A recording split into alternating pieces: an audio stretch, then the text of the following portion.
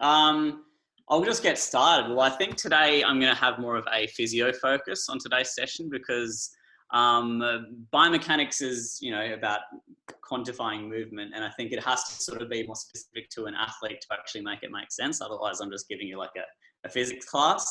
So today I think I'll focus a bit more on the anatomy, injury prevention, and appropriate warm-ups that can be used like across the board, and then we could see how that can tie into you specifically. But we'll go with more of a broader scope for today. Does that sound okay?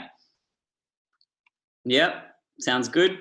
So I did get a few questions and I'll address them towards the end. Yeah, Riss, that's right. Riss gave a few questions and specific stuff I can go over. But first of all, I'll just talk to you more about the overarching theme of injury prevention, why it's important, and like the sort of goals that you're supposed to be trying to achieve when you are doing your own individual warm-ups. So I guess like a bit of a background. Give me a thumbs up if you've heard of the term prehabilitation before. Yeah, prehab. So it's used a lot, like if you're going in for like a joint surgery or something, you'd get prehab to make sure that your outcomes post-surgery are better.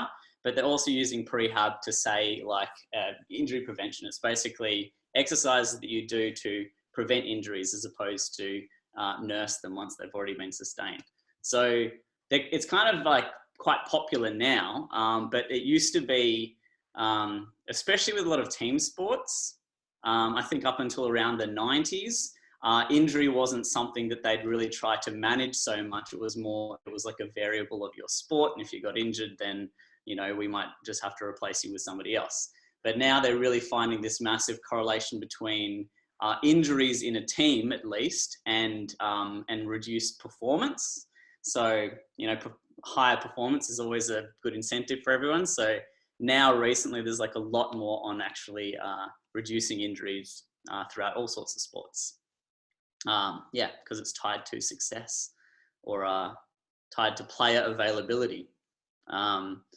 So the biggest risk of injury, could anyone guess what the biggest risk of injury is? You can either write it in the chat or you can say it out loud.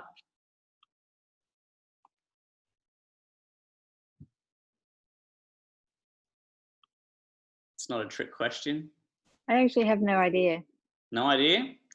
The biggest risk of injury is previous injury. Yeah, I know, it's a simple one. So if you've already had a similar injury, then your likelihood goes up. But they've also found that if you've injured like a different joint, say if you've injured your ankle before, then you're at a higher risk of injuring your knee than somebody else. So it just means if you have had an injury in the past, then, this prehabilitation type thing just should be a little bit more important to you because you're at a slightly higher risk. So that's the biggest risk. But they've also, we've also found many other correlating factors or even causative factors. So things like inadequate rehab is pretty common. So that's usually where the athlete is their own worst enemy, always wanting to return to sport a little bit too quickly. That's a pretty high risk. And training load error is something that has become quite popular now. So your training load is basically just sort of writing down and quantifying how much effort you put into your sport. And that's how long you're doing it and what intensity you're doing it with. So all sports now, they're measuring their training load. They're saying, okay, I did 12 dives that day, 12 jumps that day, and like the effort it took me would have been this out of 10, like a 5 out of 10, right? Like I felt more tired, or I felt more fatigued or more breathless, or it was a harder day then than it was last week, right? Just recording that is a good thing to do, because if you see your load over time, you can see if there are big spikes in load, like maybe you had a big holiday and then you didn't do anything, and then you came back to it and then you're doing like a bunch of activity. that spike in load, that's like a red zone for injury, right? There can't be no load than a bunch. There has to be like a slight gradual increase, which sounds pretty, reasonable, but it's not something that a lot of people who are really engaged in their activities tend to take note of. So there's spike in loads, but also this chronic overload, which can sometimes be harder to measure. If you're going at any kind of sport really heavily and you're not seeing any sort of breaks in that load, it's just really high, then that also leads into a red zone. And that chronic overload, that's again, can be individualized between different sports. But first of all, just being able to measure your load, it doesn't even need to be too complicated. I could say I did this amount of jumps, it took me, that amount of time, and like my just general well-being after it. How did I feel? Did I feel energized, or did I feel really worn out after it? Just measuring that information can be pretty interesting for you if you're looking at spikes or some sort of chronic, state where you're doing too much and too soon. And there's also individual risk factors, your weight, your sex even. There's a few injuries that are slightly higher in males and some that are slightly higher in females. And interestingly now, they're finding some ties between the menstrual cycle and injury. So the, post-menstrual pre-ovulation phase. So if say your phase, your menstrual cycle starts at day 1, it'd be around that day 8 to 13. That is a point where they found a lot more injuries, especially to ligaments in female populations. It's just like a higher risk area. Even some teams have even considered asking their athletes to be on the pill, so there's not that risky period. But obviously there's a lot of contention around doing something like that. But yeah, that's an interesting thing. And a lot of studies now are trying to account for this. So if they're measuring a big female sample, they need to know where they place on that menstrual cycle, because if they're measuring them for some sort of movement in biomechanics, for instance, I had to do it for my study. If they're in that phase, their movement patterns might be slightly different. And I can't completely comment on all of the things that are going on there, but that they've just noticed some sort of correlation between that phase and injury. So that's an interesting thing. Yeah, that post-menstruation pre-ovulation phase. So like other individual risk factors, obviously is your condition. If you're weak, you're strong, hypermobile, and also biomechanics, which is like your movement profile. And that's something I can talk a bit about more later. Some people just have more riskier ways of moving, less efficient ways of moving. They make some muscles work harder than others. There's not this even balance of load, and that can always spell failure for some people. So some of the things that can help prevent at least these preventable portions of it is warming up. So warming up is a form of prehabilitation. Thumbs up if everyone warms up before you do a jump or you do any form of exercise. Yeah? Everyone's a fan of warming up?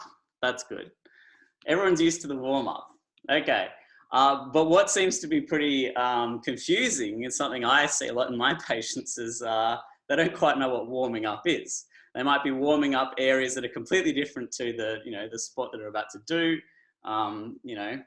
The idea of warming up might be very different to what it should be. So, I mean, first of all, warm up, it's in the name. You're actually trying to increase your body temperature because, we've got elastic tissue in our bodies. It composes our tendons and to some degree our ligaments. And structures are slightly more elastic in a warmer environment, right? A colder environment tends to make things stiffer, and if stiffer things are responding to load, there's more chance of failure or of tear. But the warmer things are, the more elastic you are, the more resilient you are to injury, which is why, you know, older people move to Florida or to Queensland, because you feel nicer, your tissue is a little bit more elastic, and you don't feel as, you know, stiff and sore. So there is this relationship between warmth and sort of the plasticity of your tissue. So all warm-ups should make you a little bit breathless, or just a little bit warm at least. That's a pretty important aspect of all warm-ups. Increasing body temperature. So yeah, to warm yourself up, you need to be doing movements that incorporate large muscle groups, usually through larger ranges of motion. So they don't need to be specific to the system or the areas that you're working in your sport. So, you know, just things like squats and push-ups and things that just use large muscle groups and just get you breathing a little bit.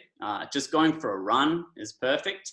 Going for a little bit of a few jogs in a circle really makes your body a lot more resilient to incoming load. So yeah, warm, the important part of a warm-up.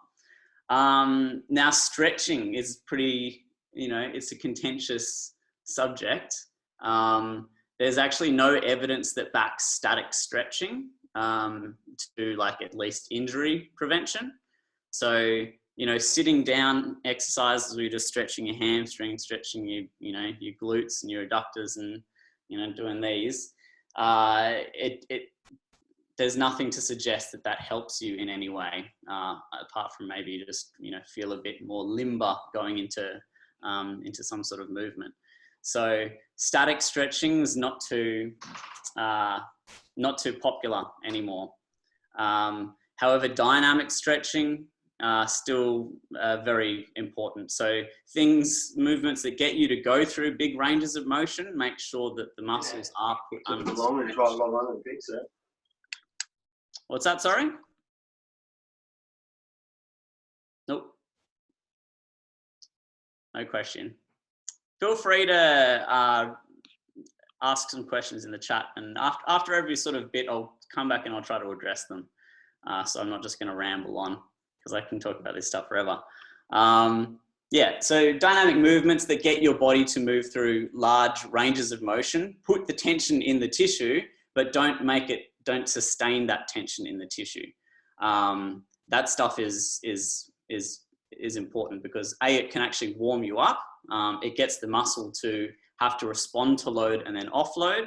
But B, this whole static stretching, the idea of it is a little bit odd in the way that you're, I mean, it's good for relaxation. It does, you know, help you with like your parasympathetic nervous system, which is like your rest and digest state. But it kind of inhibits this a tonic reflex that you have. So when your muscle gets to like a very lengthened, you know, position, like if I'm going to really, really lengthen the flexing muscles of my fingers, that lengthening stimulus makes the little muscle spindle, which is like a little sensory organ in your muscle, it makes it say, oh shit, we're going too far. Let's make this muscle contract a little bit to stabilize, because we don't want to go too far, because that usually spells injury, right? So especially if you do it quickly, and that's even what you do when you're tapping like a tendon, you're making that muscle shorten really quickly by tapping the tendon, and then it gives you this reflexive response. So static stretching kind of inhibits that. It gets the sensory organ used to this elongated lengthening position. So when it does get into that length, it might not be there to actually give you that reflexive muscle tone or the muscle contraction to protect you. So stretching exercises, especially before you're doing anything that involves, you know, high load ballistic movements or quick movements, is not a good idea. So if you do have certain tight muscles in your body, although getting that static stretch into them is nice for a bit, if you really wanted to incorporate it into a warm-up, at least for an injury prevention goal, you'd want to be doing them more dynamically. Yeah. So yeah, stretching.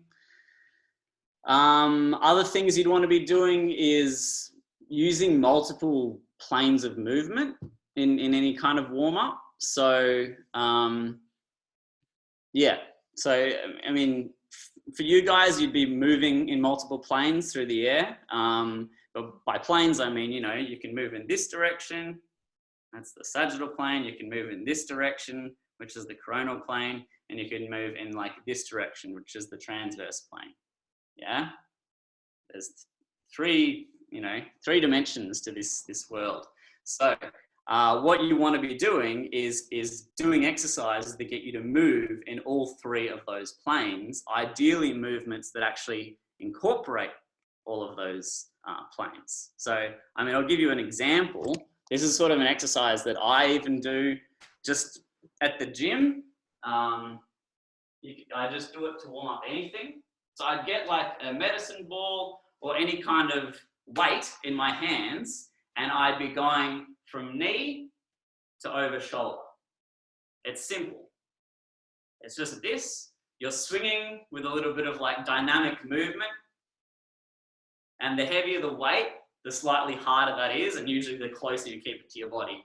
But that movement, it works a whole bunch of muscles, and you work the opposite diagonal. It works a whole bunch of muscles, and it works them in all three planes. So it's a brief example, but it's something that is a lot more beneficial than, say, something just like a squat, which moves in one plane and it doesn't get muscles to talk to each other as much as it would with this diagonal type movement. Because what I'm doing with a diagonal movement is I'm getting certain muscles to almost cooperate with each other or coordinate together. I'm using like the pecs on one side to talk to my abdominals or my obliques on one side, which are then talking to my adductors and quads on the other leg, right? It's this whole idea of trying to get these muscles to work nicely in these patterns across the body that tend to help give you a lot more stability than when you work singular muscles of singular areas. And because I'm using a lot of muscles there, that's a good warm-up. So that's like one of my perfect warm-ups for the gym. Sometimes it looks a bit funny, but it's better than these people just doing these little rotator cuff exercises to try to warm up very specific muscles before they do a uniplane movement. So multiple planes of motion. So I'll talk to you a bit about a few more like concepts of behind why you'd be doing certain exercises and sort of, you know, looking under the hood of those kind of exercises before I give you just specific exercise ideas. So the first thing I can talk about is, well, basically load. So we're like a biological being. We respond to our environment, and our muscles are the same thing. They respond to load. That's their job. They're force producers. But you know, that can be a good thing and a bad thing. So if you constantly put a heavy load on a muscle and you get it to turn on and off with that load on it, then that muscle's response is like, okay, this body wants me to, you know, have heavy loads imposed upon me, so I'm going to grow a little bit bigger so I can produce more of that force, right? So that's like resistance training. But if you put a muscle or ligament under like a constant strain or a constant tension, so it's constantly having to be under strain, then at least that muscle, it tells that muscle, you're not a structure that needs to angulate too much. You just need to have a constant tone, right? You have to have a small amount of contraction, but it's on all of the time, yeah? And that's what postural muscles are, basically. They're muscles that have to have a constant tone all the time. They're not always muscles that just kind of like to relax and then come back on and relax and come back on. So they're not very good at like producing force, but they're good at keeping us upright because they're just slightly on all the time. The problem with today and like sitting at desks is sometimes you try to make other muscles, which are force producers, postural muscles, because you sit in these very predictable positions and you put muscles under strain for a long period of time without them really getting to, you know, contract and move your body much. They just have to keep you in a position that you're giving them the stimulus to basically stay tight and stay tonic. So then when you do want to try to relax and go to bed or something, then these muscles are tight and tonic and sore. So, I mean, they can go into posture and, you know, good ways to sit, but really we shouldn't be sitting for X amount of hours a day. We should be trying to move more and be, you know, going through our range of motion so that we're not telling our muscles to be all static ropes. We need to give it the stimulus that you're moving muscles. You should be moving. Yes, I'm sorry that I'm making you sit still for so long, but yeah, you have to remind them who they are. They're movers. So yeah, I'll get into posture a bit later, but you know, that's one thing. So they can become tighter, but also, yeah, they get shorter as well. So that's a problem with muscles. If a structure is constantly put under, you know, if it's never put under load and it becomes like this, it's kind of shortened or lax, then as the new cells come, the old cells go, hey, new cells, you know, this dude wasn't moving at all. Our cells were like under, you know, they weren't under tension at all. He was sitting constantly, and the new cells go, okay, cool, we'll just grow in that length because he doesn't even use that mobility. So we'll just grow like that. And things like that can happen to some degree in muscles like the hamstrings because they're constantly put under, you know, they're constantly shortened in sitting. So again, needing to give the range to the muscles that should be able to provide that range is like a super important thing. This is more of a conceptual thing. So I'm just saying that we're a biological being, we respond to our loads, so we need to make sure that we're not always staying static because we're not static beings, and we shouldn't always be keeping ourselves in shortened positions. We should allow ourselves to get to the ranges that we have available to us, otherwise we lose it. It's like you don't use it, you lose it type deal. So yeah, constant movement is fantastic.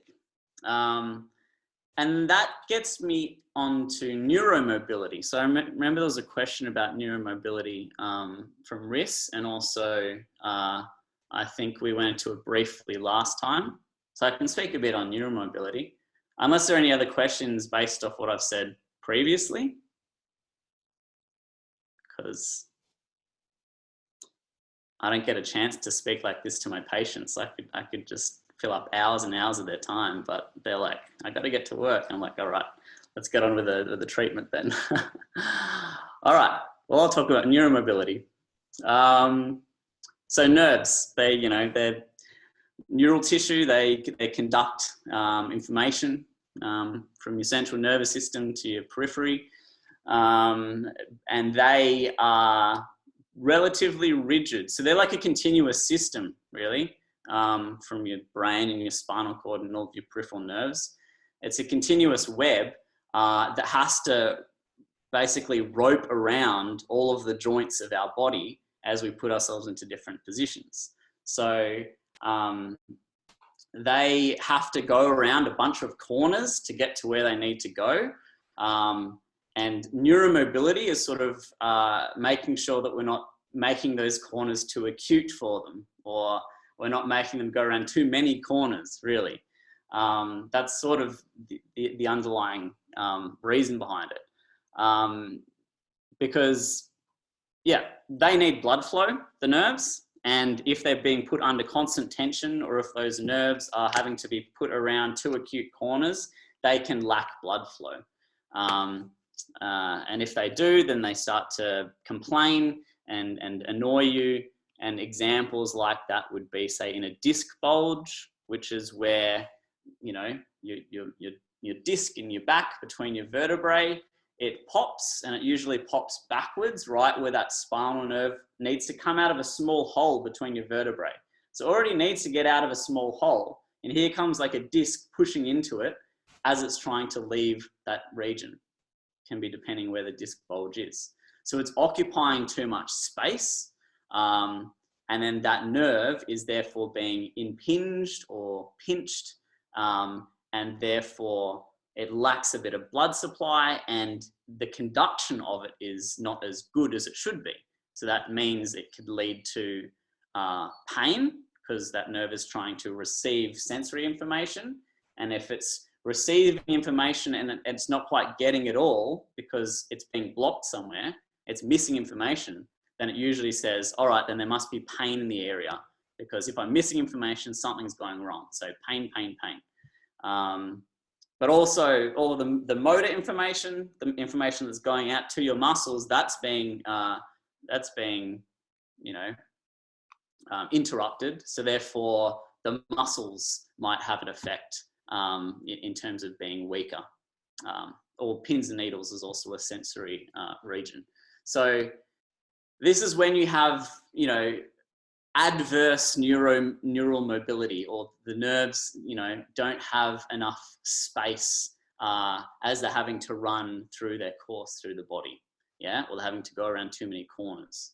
The nerve itself can't get tight. It's already a tight structure. It doesn't have much elasticity to it. So, you know, when I'm dissecting and you try to stretch a nerve, it's kind of like a wire. It doesn't have much bend to it.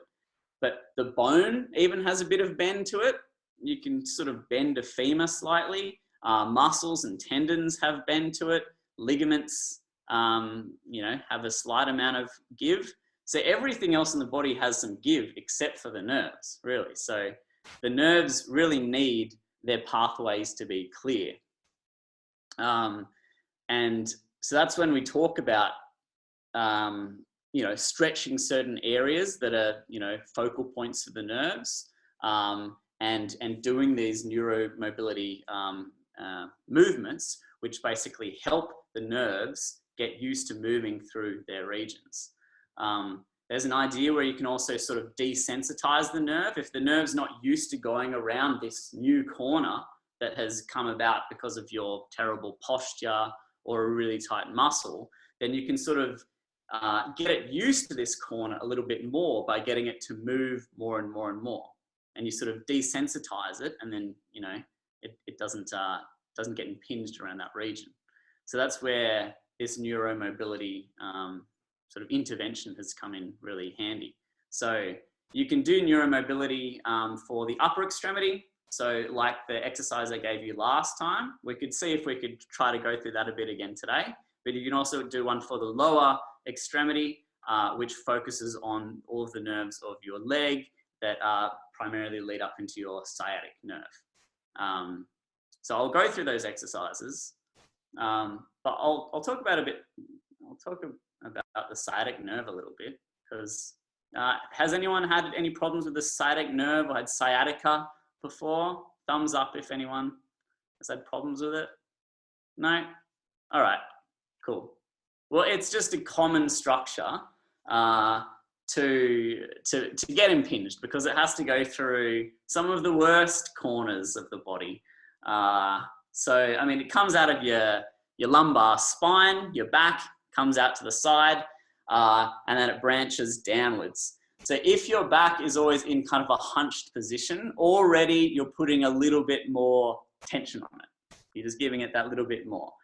And then it has to run underneath your butt, and it comes out of your pelvis, out of your butt, and it has to come through two muscles. It has to come just below your piriformis, which is a big rotating muscle, which is what everyone's always stretching when they do these exercises. They lie on their back and, you know, they hook one leg and they try to bring yourself up like that.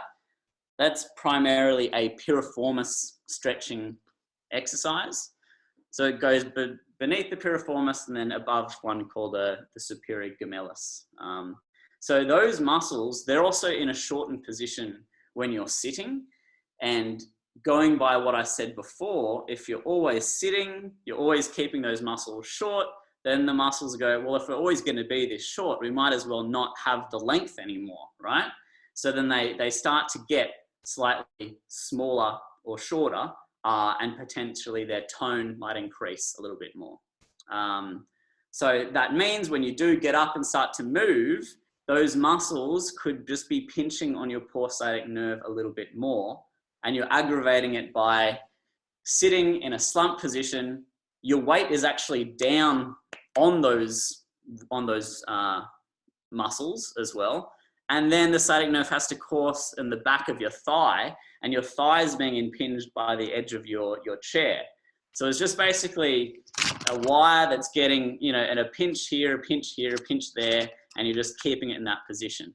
And then you wonder why people, you know, get sciatica and whatnot. So, I mean, the underlying theme of everything is going to be like move more, but I'm just giving you the very specific reason why you should be doing it. So, neuromobility. I can go through just some of the movements of neuromobility. So we'll go through what we did last time. So this is focusing on primarily the median nerve branch that comes in the front of your hand. This is the nerve that is impinged in carpal tunnel, because there's a very small tunnel in the front of your palm where the nerve has to come through. And if it's occupied because you're typing too much in funny positions, or you've got arthritis or something, then again, it's a blockage area.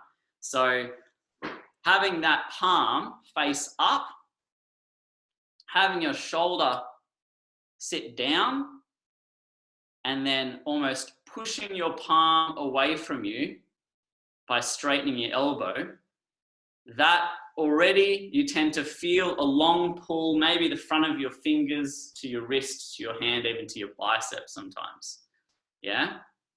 So onloading it and offloading it, just that alone can get the stretch in some people. But if not, trying to get close to the end range and then using your head as the mobilizer by slightly bending in a way and then coming towards, that is onloading and offloading.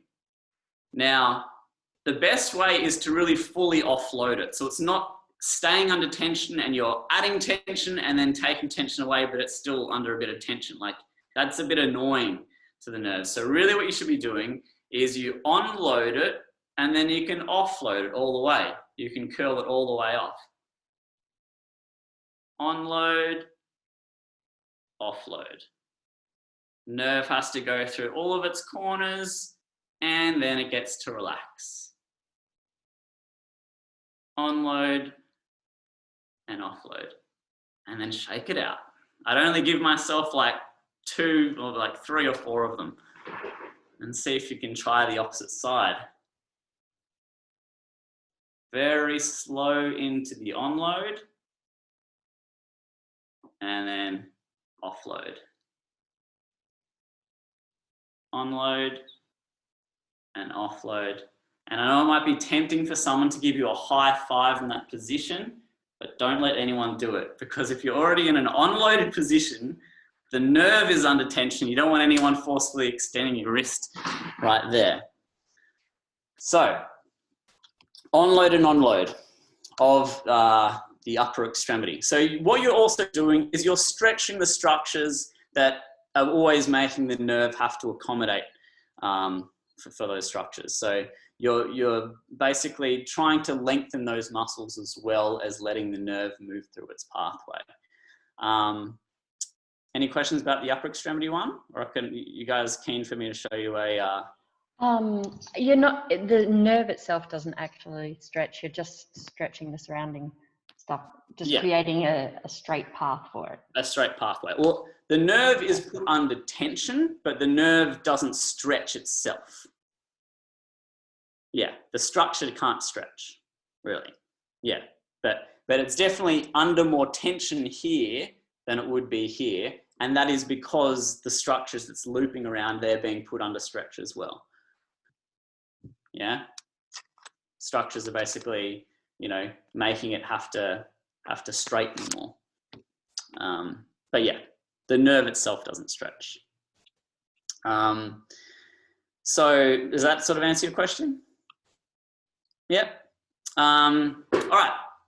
You may have seen this one before, the slump test. So you can do this lying on the floor or just on the old chair.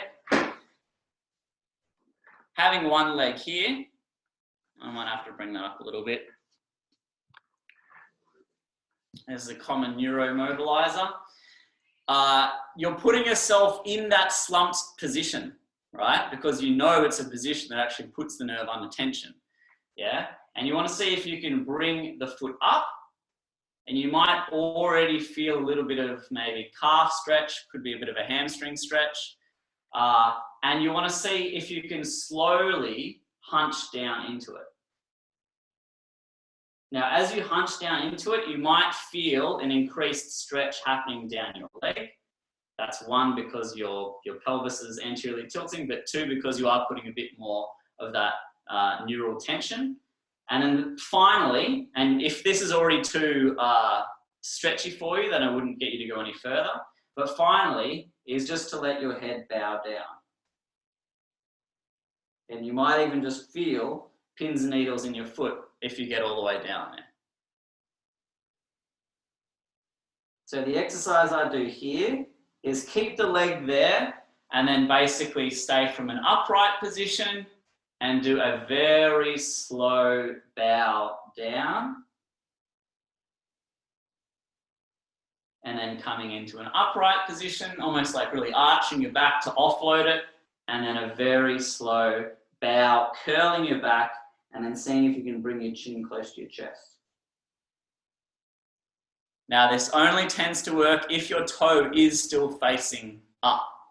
If you bring it down, you might be able to do the whole thing and you don't feel any of that stretch. I shouldn't use that term. Tension. Yeah. So again, onloading, offloading, I'd only do maybe 3 of them on either side. Yeah. And that is getting that sciatic nerve to move through its pathways. It's stretching the surrounding muscles, but also it's also desensitizing the nerve to those pathways. So this is really popular in it's pretty popular now in physio, because we have there's an Australian physio, David Butler, who is really into this neuromobilization and neural desensitization. Because if you know anyone that's had a disc issue with their back or sciatica or other problems of the nerves, you can see how utterly painful and debilitating it can be for those people suffering it. So to try to desensitize the nervous system to those extra corners that it has to move around can really be beneficial to people that have the injury. But to be able to prepare your nerve to move through those pathways before any sort of traumatic injury happens that occupies more space. And as you get older, your body will occupy more space.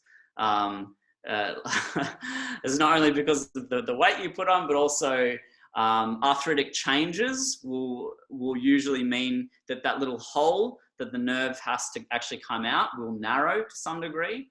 As you can see, older people get shorter because the intervertebral disc gets a bit smaller. So again, all of those spaces that the nerves have in youth, and they're very comfortable and happy, they will in time be slightly more occupied.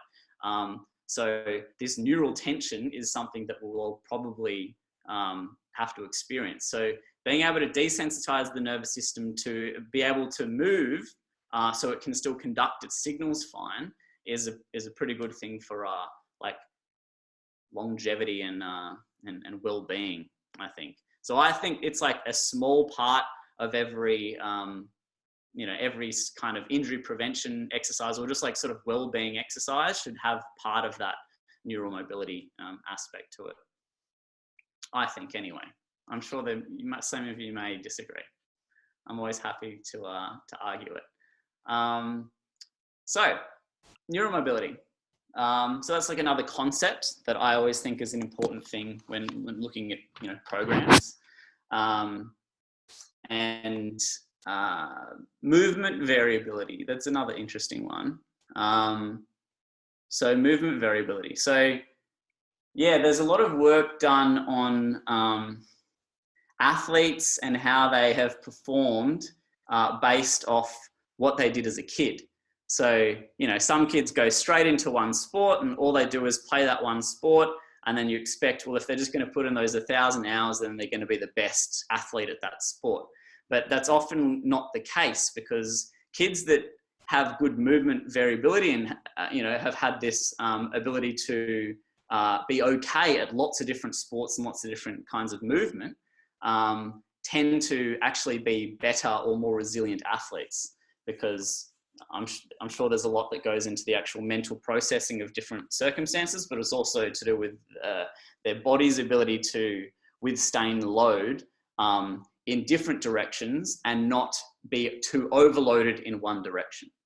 So this is where we get the whole, oh, that's a X sport injury, or that's a runner's injury, or that's a golfer's injury, or this is a something injury. You get an injury based on a sport because that sport imposes a very specific load on your body. And those muscles that have to respond to those loads, they're the ones that always tend to get, overloaded and tend to injure. That's why we have things called runner's knee or, jumper's knee or something. So all forms of exercise for any athlete should put variability into it. Because we have this old concept of like, oh, to do this sport, you use these muscles. Therefore, let's just train those muscles to be really good and be really strong.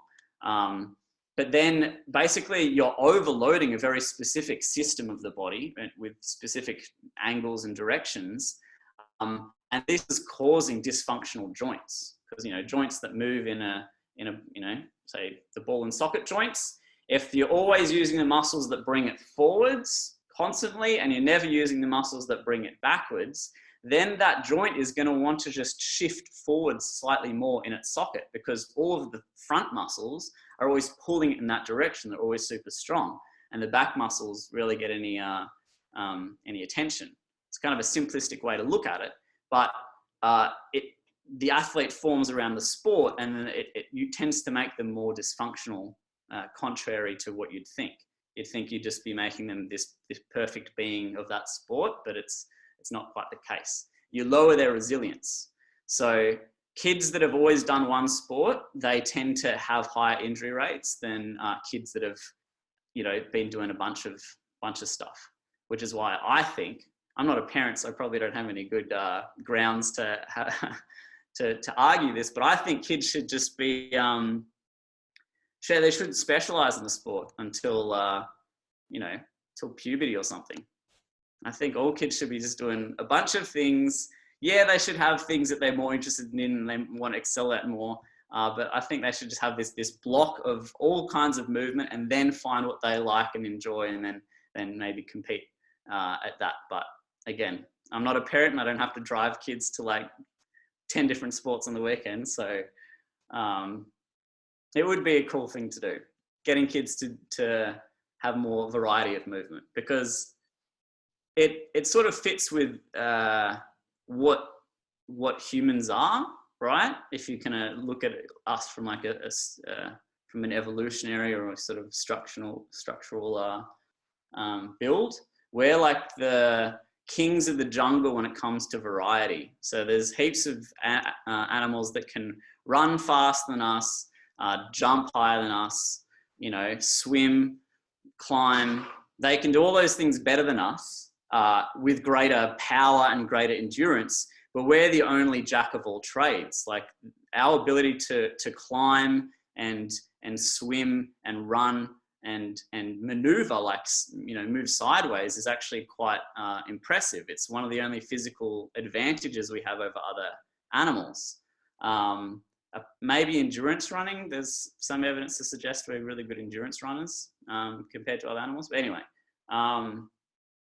yeah. So to not use our natural physical advantage is to sort of, you know, go against our nature and potentially, you know, lead us to more harm. So variety is the spice of life, I think, especially for humans. And that's why we should always be training in variety, even when you have a specialized sport, trying to make sure that you use muscles that aren't just related to that sport. So, you know, for instance, in skydiving, if you're always using muscles that are pushing you forwards, you know, muscles that are trying to push your shoulder forwards and your hips forwards, if you're trying to resist the air, then yes, it's good to make sure that those muscles are strong and can keep, you know, a static position, but it's also good to be able to train the muscles that pull you back, your retractors, as well as, say, your protractors and flexors. So training the antagonist to the agonist muscle that you're always using is also becoming really popular too. So that comes with that whole imbalance of a joint, is trying to do as much of the pulling as you do of the pushing, but also movements that make you function in different planes, and again, make your muscles work together in chains. They're sort of great exercise to always incorporate. So sort of like my diagonal swinging type things. Tissue, yeah. Also, the other thing with training the muscles that you compete with, right? A tennis player always training their pecs for their serve in the gym, is you create a localized overload of that tissue as well. And so therefore, when you are competing, there can still be, you know, there can still be carryover fatigue. So making sure that you're not overloading certain structures, you know, both in training and in competition is very important. And yeah, it's a hard thing to think, because you're like, well, I just want to be an athlete for this, so I should just train for these things. But the variety is actually a lot more healthier for you than the specifics. When it comes from a strength and conditioning perspective, so I'm a physio, so like injury is usually my #1 priority. S&C coaches, they love you to get the mass and power of the muscles that you'll be using in your sport. So they love that. They don't care too much about imbalance. And I agree with them in that, you know, they need those muscles to be big force producers and you know, to be able to respond to load really well. But I think they don't always look at the longevity of that athlete as well. So my job is not just to look at how well they perform. I mean, that's interesting to me, but it's not super important, but also like how they live their life after their sport. Because, you know, I'm sick of seeing all these patients who have come in as like competitive, you know, dancers or lifters, or, you know, of soccer players, you know, in their 40s, that have all these issues that they have to deal with. So what I'm sort of passionate about is trying to get people to train in a way that makes them a healthy body, but also lets them perform well. That's sort of what I'm interested in. So that, I'm sure I could be argued on a lot of those things in terms of variety of movement and specific movements, but yeah, it's one thing. Any questions about that?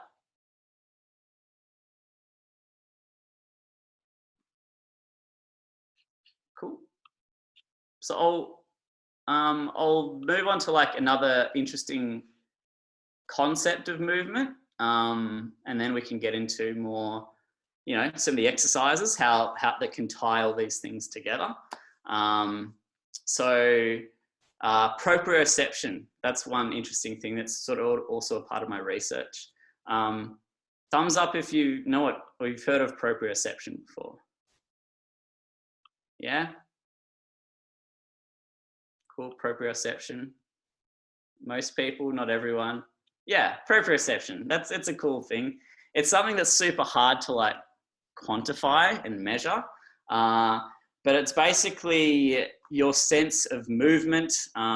It's your body's kinesthetic sense. It's how it knows where you are in space, how fast you're moving, where you're moving, what you're moving towards.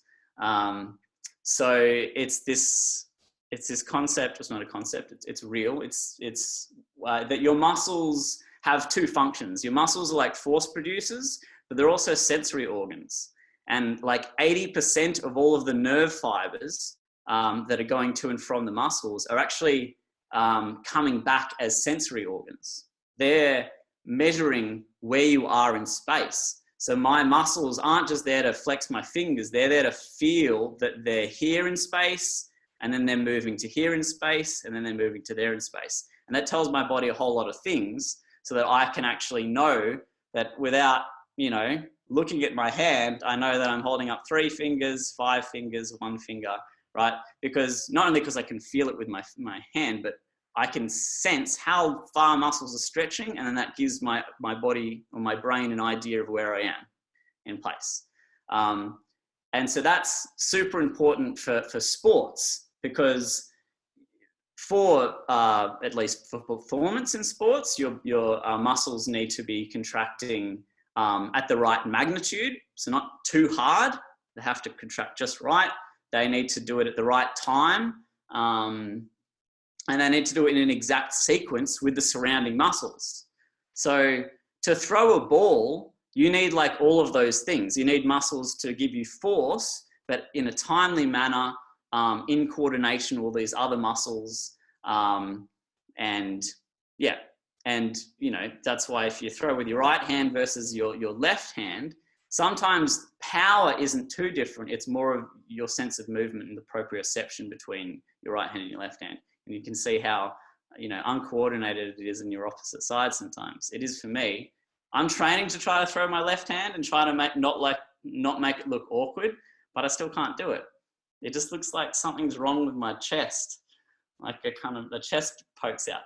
And it's because I don't have this motor pattern. I don't understand the movement yet. I understand it like consciously, but subconsciously my motor patterning hasn't quite understood that.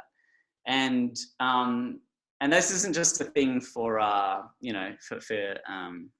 performance. This is a very important thing for injury, because you want your muscles contracting, in a quality manner alongside all of their surrounding muscles, because this leads to more dissipation of force. So if one muscle is doing all of the work, then that muscle gets all of the force. But if you use all of the other muscles that absorb the forces in different directions, then it leads to less, isolated load on your body and less chances of injury. It also usually means that your joints move more efficiently, and you're not, putting too much tension here or there, which can eventually, lead to joint problems. This sense of proprioception is something that I think is also an important little thing to throw into these prehab programs and even warm-ups. And it's kind of not just warming up your system in terms of temperature, but also warming up your neuromuscular system. It's like, getting your computer to log on. You can't start Googling things when you haven't even, signed into your initial screen. You need to make sure it goes through all the processes. It's like it turns everything on. It knows that this is running, that's running, and then you can actually start to make it perform. It's like warming up your processing in a way, neuromuscular exercises or proprioception exercises. So I've got a question here. What would be the best sport out there for a kid to be using? Oh, sorry, I didn't address these ones earlier. I'll just go through these now. So Luke says maximum effective dose versus maximum recoverable volume. I time training for clients based on cycles as well. Okay, that's good. So it's like a load management thing. what would be the best sport out there for a kid to be using more muscle groups? Maybe rowing. Rowing, it makes you move in one plane. It's good in the way that it does get all of your retraction muscles working, but there are a lot of injuries based around rowing because it makes you move in one very particular movement, and it makes you do that one particular movement many, many, many times. So it's a really good exercise for like cardiovascular health, but in terms of joint health, maybe not as much. But rowing, I mean, anything that gets you changing direction, moving in different planes, things like, you know, climbing is a good thing. Playing tag, playing tag's like the best exercise for movement variability. There are a lot of sports out there, and I'd say rowing is a good one as long as he's doing something else that isn't just rowing. So yeah, track and field. Yeah, Riss just replied to Charlie's one. Yeah, track and field would be good. So rowing is a very pushing or pulling related exercise. Track and field gets you to do a variety of things. Obviously, there's always specific injuries involved in just sprinting or just throwing or just hurdles. But if you could do it like a combination of all of them, that's always a good thing to do. It sucks that it's not like this, oh, this is the one exercise that everyone should be doing. But I think you can always create movement programs, you know, and little things that I'll just go through later on that get all the movements going, and at least, you know, being able to do all of the movements will prepare you for sort of any one specific sport because you've almost done them all. Weightlifting and compound sports, rowing is a perfect full body, although very posterior dominant. Yeah, exactly right, Luke. Yeah, compound sports is good. Get the larger muscles firing and the smaller muscles stabilizing. Yeah. Okay, we've all answered your own questions there. So, yeah, going on to proprioception, that is often sort of lumped in with balance, so balance type exercises.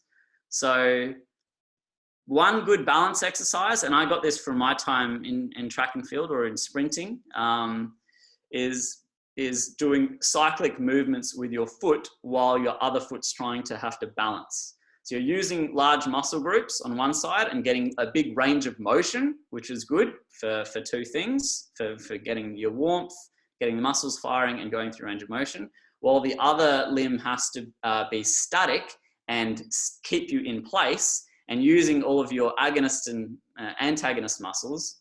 And all balance is you're trying to, you know, keep your center of mass over your base of support. And if it falls out of your base of support, then you lose balance. But you've got muscles on one side of your body and other side of your body contracting and relaxing to try to find where you are in space. And that is sort of, you know, waking up that neuromuscular system. It's like, we're not just having to turn muscles on hard, we're having to turn it on just a little bit. Oh, that's too much. Now turn this one on. Oh, that's a bit too much. And it's like this fight between muscles. So this is a really good thing for your neuromuscular system to try to get used to. So I'll just show you the movement that I'm talking about. It's just the runner's sort of cycle step. Everyone can give this a go. You're standing on one leg and your other leg is going through a big cyclic motion. And you want to see if you can get as much motion as you can and use your swinging arm. So as this leg comes forwards, you're swinging your opposite arm forwards and you're basically just brushing the floor. And you want to see if you can do this, get as much range through the hip and knee as you can, and see if you can balance it on the other foot. It's a good exercise to do because it warms you up, it makes a stabilizing leg have to work, and it makes larger muscle groups have to move. You can move quickly, so you can get more hot from doing it. And I mean, that's something that I would do before even leg exercises at the gym. If I was to do squats or something, I would do a lot of those movements before moving into just the movement itself at a lower weight. That's one I like to do. So it's, when I'm talking about like warming up and exercise programs, especially if I'm having to do it for athletes, and when I am doing it for athletes, it's always kids around the 13 mark, then I have to give them like a few things that target a bunch of, a bunch of systems. Because if I make it go on to too long, then the coach gets upset. So, because usually we only get like 10 minutes for injury prevention exercises. And the rest of it has to be like sports specific warm-ups and drills. So I have to make sure that they target a lot of things. So that's one exercise that helps target a lot of things. Thoracic mobility, or mobility in general. So another thing with any kind of warm-up exercise is whatever range of motion that you need to go into during your sport, you have to make sure that you've already gone into that range during your warm-up, right? There's no point you putting arm here during your warm-up when your sport requires your arm to be here, yeah? You don't want your sport to be the first stimulus that introduces that range to your joint. You want to make sure that your joint is well aware of that range and able to stabilize and has been warm in that range, prior. It's comfortable going there, yeah? Because you obviously don't want to go into that movement in a dynamic fashion in case you're not quite ready for it, because that's when, tissue failure can happen. So higher range of motion exercises, given that the joint can take it, I think would also be an important thing.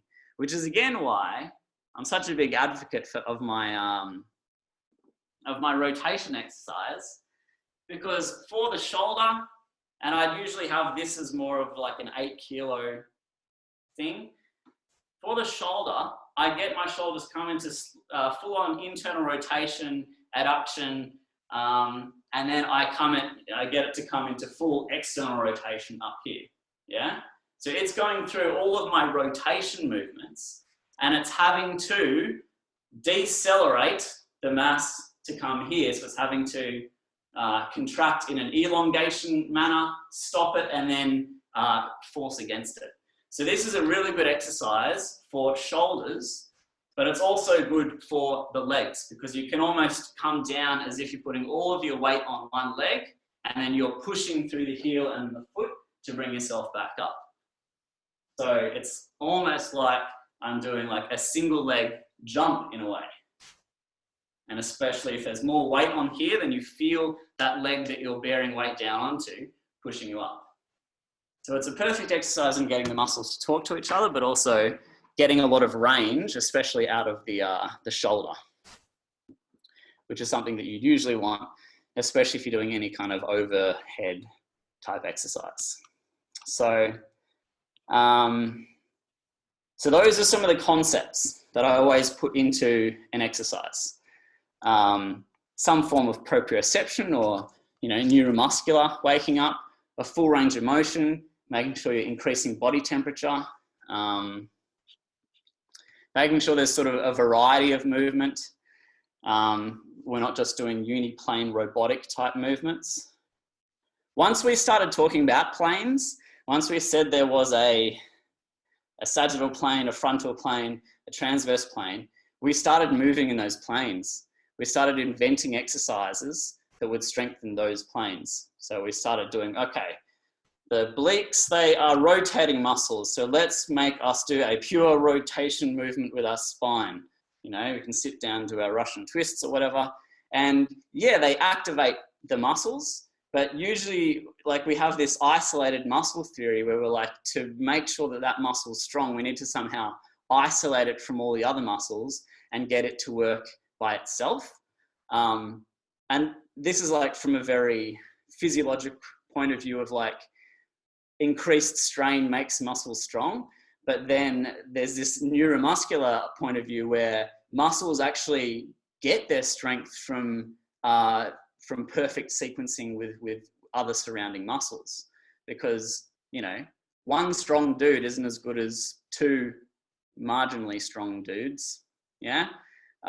So if you can get it working with its you know, brothers and sisters around it, then it's actually a lot more of a stronger and efficient unit than if just that one particular muscle has grown to be strong in its isolated environment.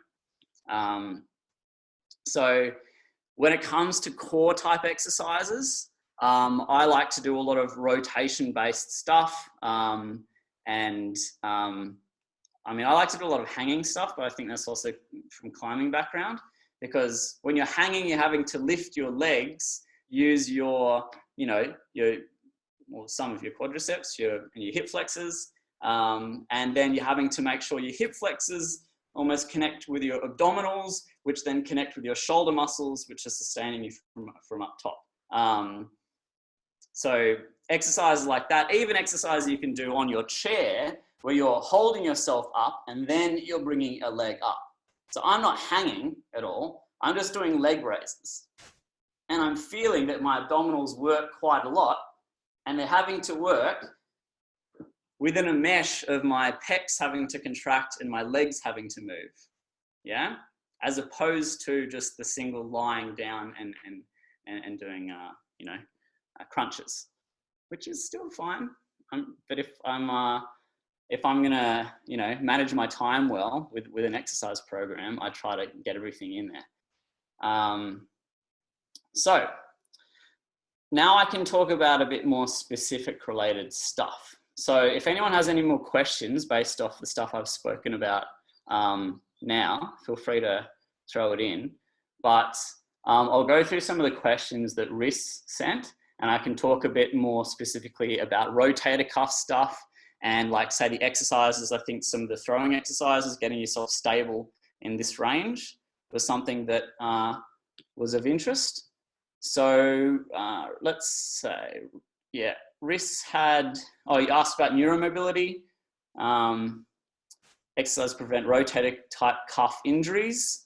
Will shoulder flexibility help or hinder? So that's a good question.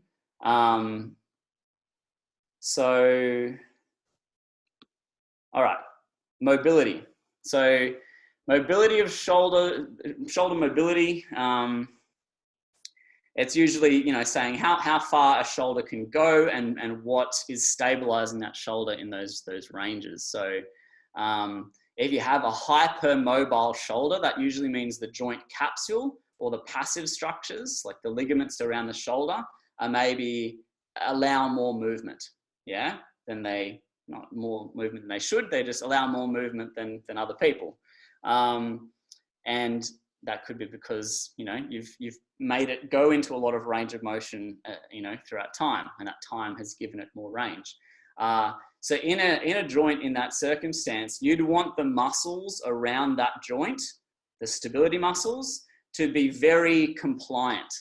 So a ballet dancer or a gymnast has incredible range of motion, but they also have incredible compliancy or proprioception of their muscles, because as soon as the joint gets to that very end range, all the muscles around it know it's getting to that range, and they're contracting accordingly to stabilize the joint, which is why you get a lot of dancers and gymnasts.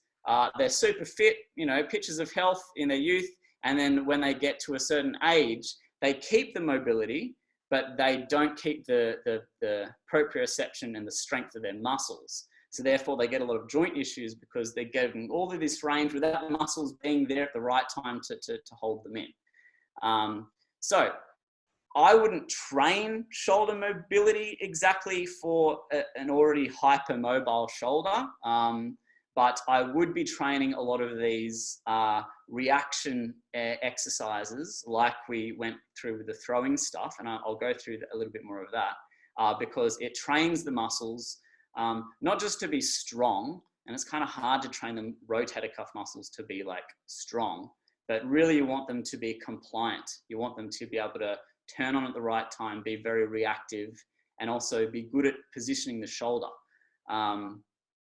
So if you don't mind wrist, do you want me to show you like one particular exercise that I used to do at least? Because I dislocated my right shoulder and I had to do a lot of shoulder stability exercises. So there's always the throwing against the wall and catching it here.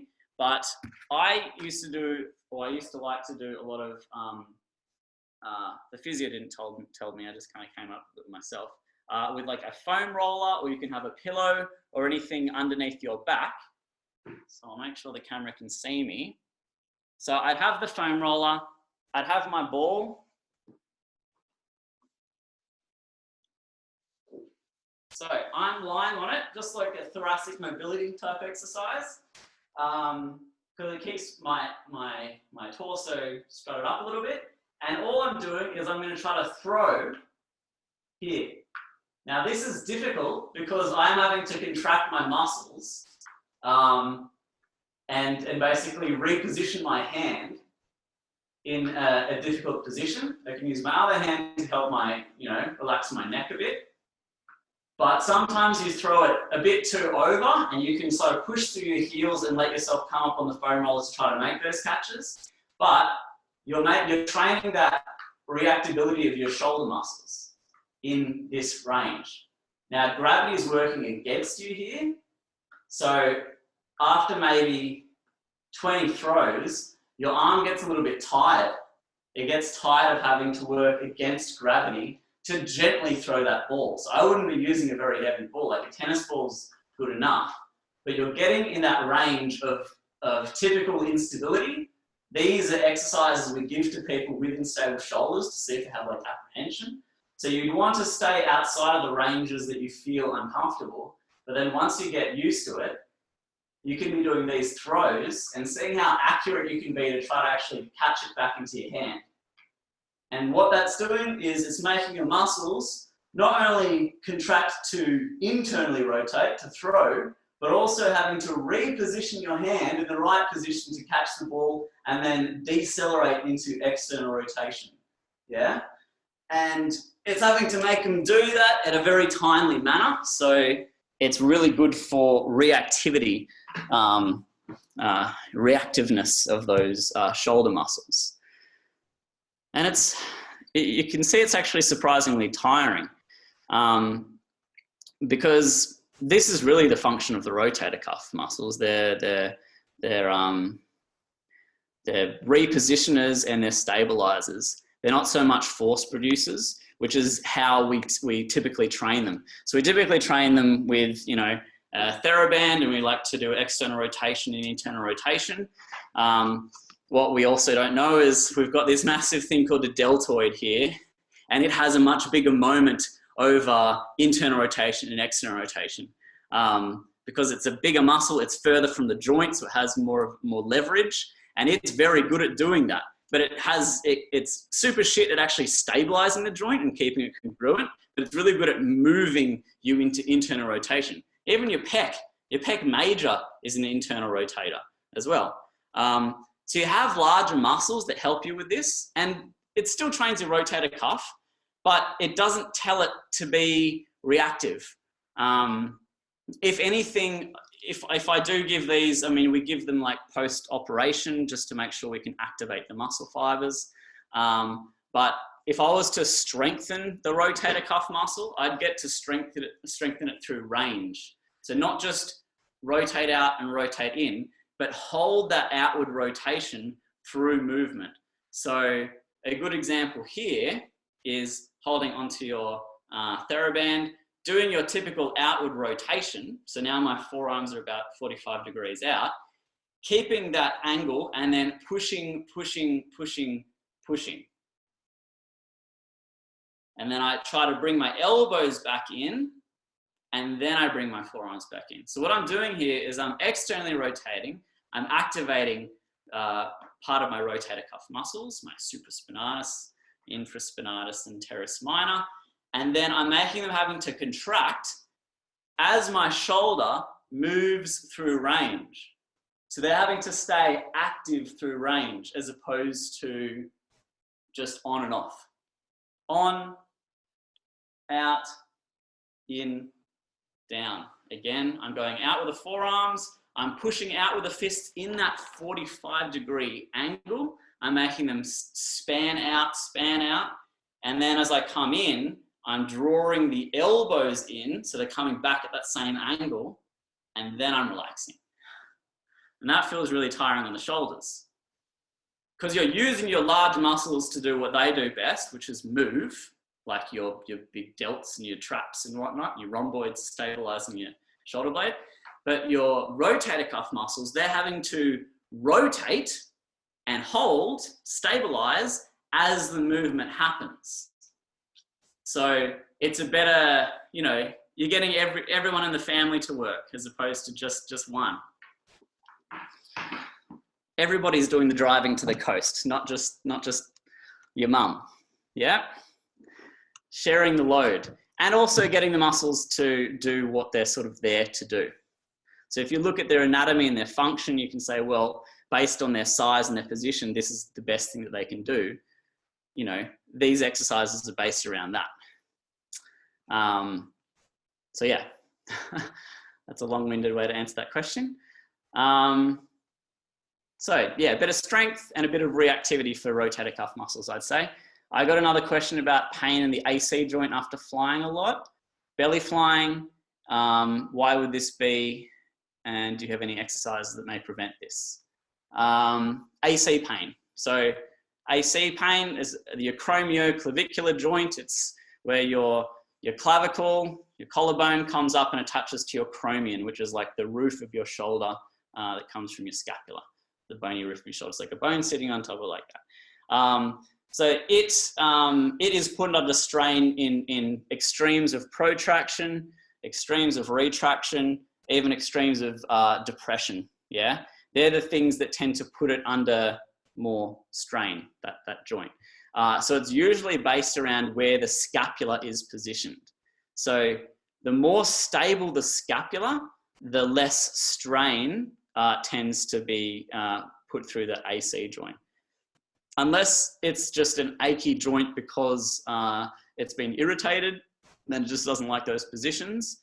Usually, if it's a constant thing, it's usually something to do with how the scapula is sitting on your thorax and how stabilized it is. So like one easy, it's not a super specific way to do it, but one good way to sort of see how your scapula work over your shoulder is a nice one you can do on your chair. And what you're looking for here is quality of movement. If you're feeling any pains or clicks or anything like that, you're basically doing a breaststroke movement in the air, but you're bowing down. So I'm bowing all the way down, I'm reaching forwards and I'm breaststroking down, I come in and I'm reaching up and I'm doing this movement. And you're trying to reach up as high as you can with those hands, and you're seeing how that feels in your shoulder. You'd be wanting to go for about 15 of them, really leaning forwards, as long as you're not getting any pain.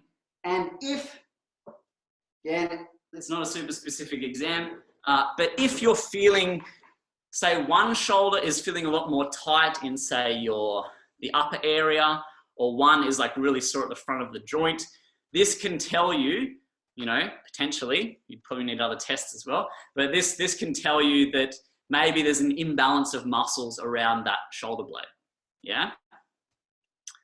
The ones that are more sore and tight are tending to be the ones that are overworking a little bit more. Again, that's a very generalist way to look at it, but it's a nice like little quick thing that can sometimes help you out. So you'd be going for like 15 of those breaststrokes face down, and yeah, that can tell you something about your scapular stability, and then maybe something about your AC joint from there. Dan, will that train the scapular stability as well, or it's just a test?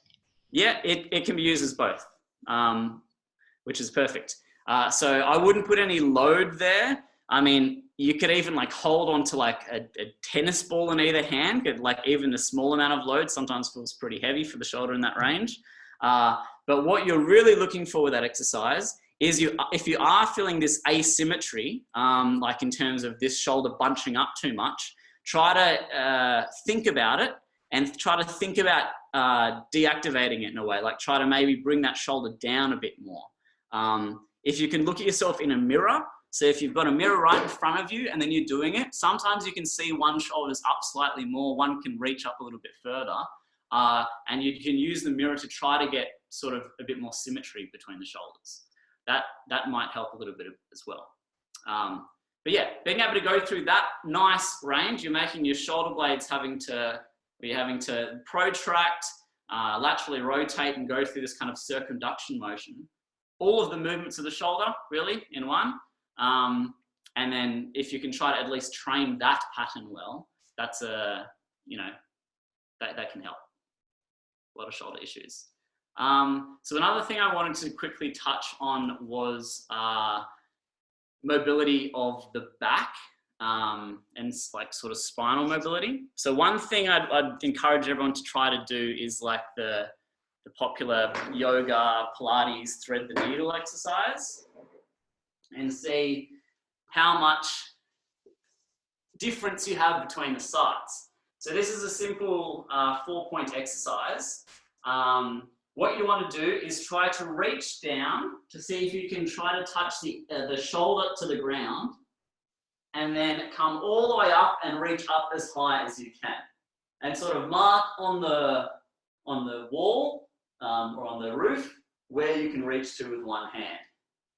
And then you want to see to do it if you do it with the other side. So first of all, can you get the shoulder to touch? And then you might notice, I have a difference here. So this arm certainly doesn't go as high as that arm. And it's not to do with my arm, it's actually to do with my thoracic rotation.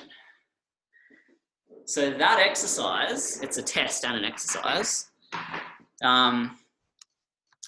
Getting symmetry or partial symmetry in your rotation might be of benefit for you guys as well, because this mobility would be pretty good in terms of being able to orient yourself and change your direction. So I've got a deficiency that I need to work on there. And if I actually do that exercise more and really try to reach, I can regain that range. So it might, for me, actually be a motor patterning thing in the way that some of my rotating muscles aren't as good at contracting at that range, but surely a spinal mobility thing as well. But that type of thing, upper thoracic and like lower lumbar, so like your scorpion movements, seeing if you can touch like that and how high you can reach with your toe.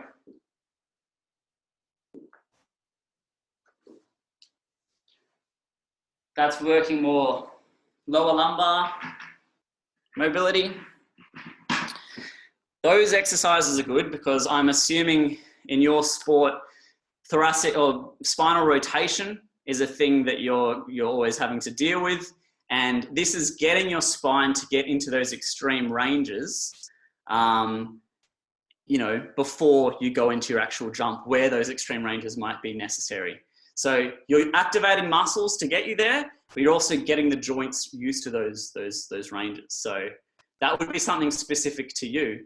And something I also give to soccer players, because they're having to go through extreme ranges to kick a ball, getting them used to those movements prior to going into their sport. So yeah, there are like heaps of examples I could come up with, but as long as it's kind of have some of those concepts around it, then you're usually on the right track.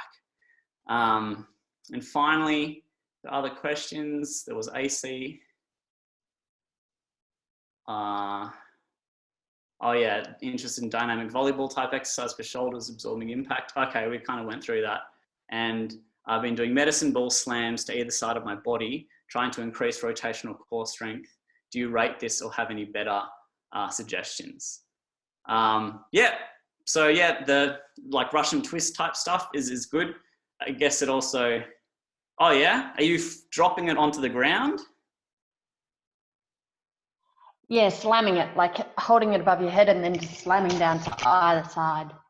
Yeah, it kind of feels a little bit weird, so I wasn't sure if it was damaging, or it's a good idea. Yeah, so you're slamming in like a laterally flexed position, like Yeah.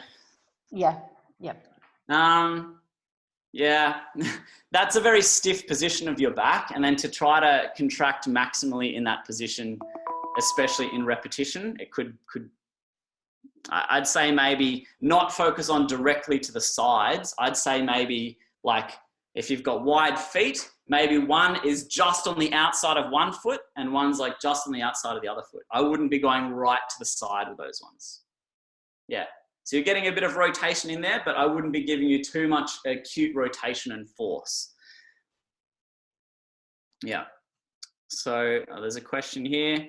Are there any specific considerations with using rear entry helmets than fixed draw position? Can you give me an explanation? Yeah, so I'll just show you. Oh, wow. This is the camera helmet. Mm-hmm. So entry for, it's from behind. Okay. What this does is it fixes your jaw position and basically makes your head as one unit. So just wondering whether relative to the neck exercises you mentioned last week, whether there's any other considerations I need to be aware of for using such a setup. Such a big device. How much does that thing weigh? It's 4 kilos. Okay, 4 kilos. So there's the weight consideration plus the whole lever consideration because the center of mass of this is quite high. Yeah. Requiring a lot more from your neck musculature to stabilize your head. Yes. And I guess, yeah, it attaches to the back of your skull there. Yeah. Okay. Is it comfortable for you? Just to wear? Oh, absolutely. Yeah. Okay. So those neck exercises that we went through last time, I didn't ask if anyone gave them a go to see if they could hold like a 30-second. Yeah, easy. Easy? Oh, perfect. Well, I should hope it'll be easy for you, given you're wearing this big helmet. So neck exercises similar to that breaststroke exercise that we did. Even just gentle neck rotations in that position. And if you have the helmet, you could even add into that wearing the helmet and being able to rotate. And this isn't an exercise that I get you to do like, just to strengthen the muscles, but it would be more one to activate the muscles prior to, say, the jump. So if you say sitting in the plane, just doing lean overs with your helmet looking down, doing rotations either side, and even doing very slight head nods up and down. You're just trying to activate the muscles, get through the range of motion of your neck so that it's used to bearing the weight, and those range of motions and those muscle contractions won't come as a surprise once you jump out. But when you do deploy your parachute, do you somehow stabilize your neck or at least hunch your shoulders or anything to try to give your neck some more stability? For a free fall deployment, the trick is to just look at the horizon all the way through the deployment. Okay. For a subterminal deployment on some canopies, it's a deploy, pilot, shoot, and brace in this kind of position. All right. So you're braced in a relatively, in a good safe position for the neck. Yeah. Okay, that's good. And do you find if you don't do the brace, your head goes through a large range of motion? Parachutes deployed? Can do. Depends on how brisk the deployment is. Yeah. Okay. All right. Well, I would definitely, just to make sure that, no neck strains happen and muscles aren't being pulled because, your neck is made up of all these quite small muscles having to stabilize. I'd make sure that with the warm-up, you are warming up, locally those neck muscles through very gentle extensions, with gravity acting at you this way, and then gentle rotations. Mm-hmm. I think they'd be good exercises for you to consider. Sure. Yeah. So I think that I answered all the questions that I had from last time. Is there anything else for today? There was one other question that Rhys did bring up, which I think is really good for everyone when we're flying with our parachutes with our hands reaching above our heads. Yeah. Do we, retract our scapulars, or should we just let them protract? Okay, yeah, that is a good question. So when you protract your shoulders, you basically are inhibiting you're inhibiting the retractors, but you're inhibiting a lot of the muscles that bring the shoulder blades back and stabilize them against the thorax. So in that protracted position, you're putting a lot more strain on just the shoulder muscles. So just the muscles of that glenohumeral joint, the ball and socket joint. So that position in a hang, even when you're manipulating things around, you're putting more strain on smaller structures. So I would have to say, again, I haven't analyzed the movement, but a slight retraction just makes like maybe 8 more muscles contract to help take some of the load off at least your shoulder. Yeah, you're dissipating the force over a greater area if you just give yourself a bit more of that retraction. Yeah, that's what I'd say. So, because I remember reading the question, you said there's an argument as to the forwards and the backwards. Like, is there a good reason for having them come forwards? Or is this I've just spoken to a couple of people over the years, and some people wherever they get their information from. I'm not to position while you're reaching so far up and sometimes behind or in front, so it's kind of pointless almost, and just to let them relax and go forward. Yeah. It's not particularly an argument, but just yeah. I guess it also depends, like, are they under load? Are you actually having to, obviously not pulling yourself up from them because, it's attached to your back, but like, are they having to do a lot of... Often one at a time, and then just at the end, both of them. But yeah, sometimes under load. Okay, yeah. If under load, I would always say that there should be slight amount of activation of those scapular muscles. Yeah. Even from here to here, as long as you're not just letting it hang. Yeah. You don't want to let it hang because you can still use your other arm muscles to help you pull and maybe just your lat to help you. But if you just get your shoulder slightly away from your ear, it gives you a little bit more of that stability. Yeah. Now, for some people, especially with the AC joint, like having that position might feel a bit more crammy. But the more forwards your shoulder, and then if you can bring it back a little bit, it really, the alignment of the strain going through your arm is so much better. And, you're connecting these regions, so actually the force isn't being focused in a specific area. Yeah. So that's what I'd say.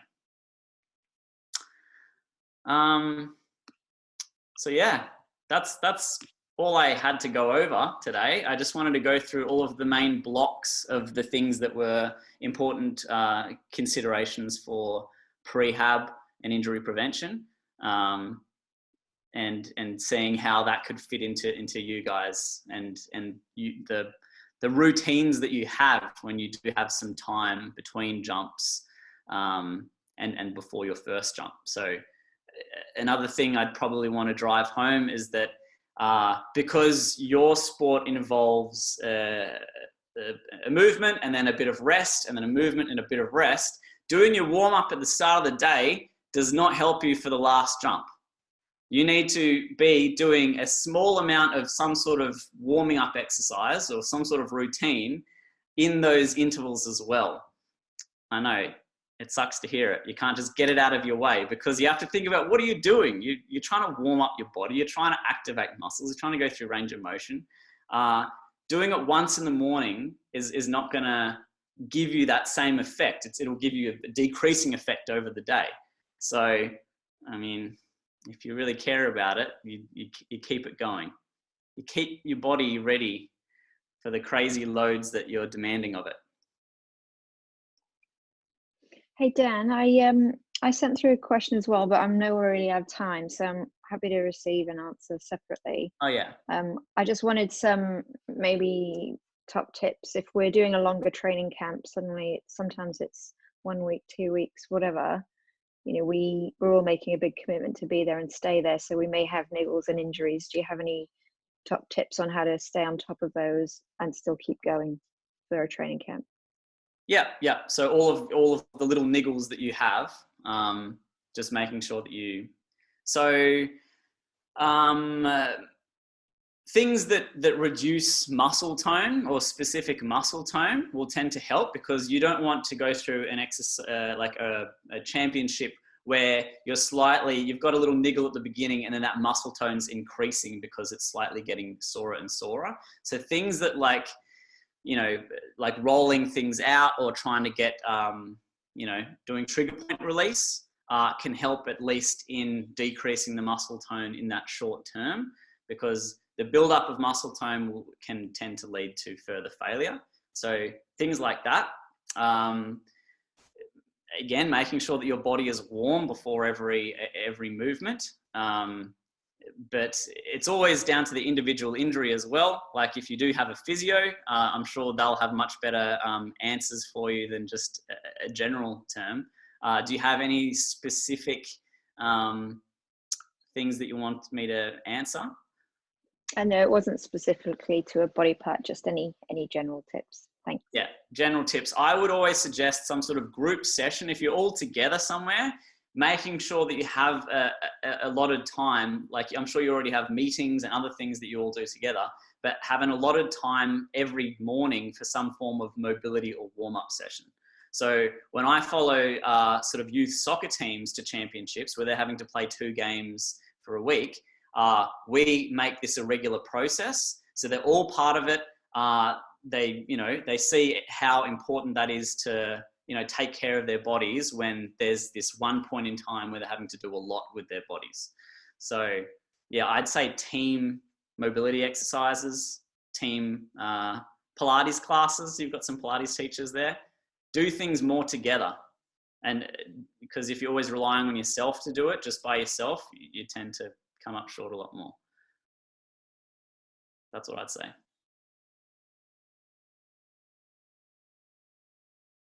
Regular movement, regular release, regular warmth.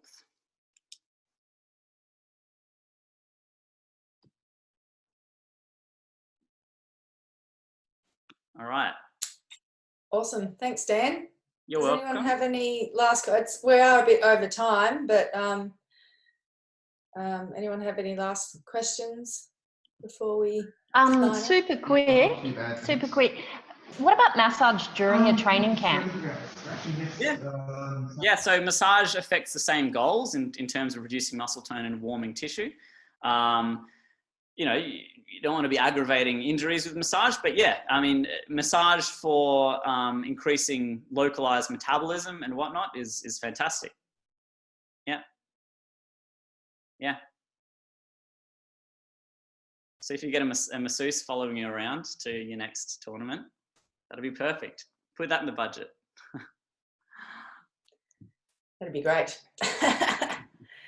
Awesome. All right. Thanks so much for your time, Dan. All right, guys. Thanks for listening. Thanks everyone for coming. Thanks, mate. Thanks, Jules. And just remember, team, we've got on Wednesday evening athlete sponsorship with Vicky Saunders. So if you're keen for that, it's on at 6 o'clock. Wednesday evening.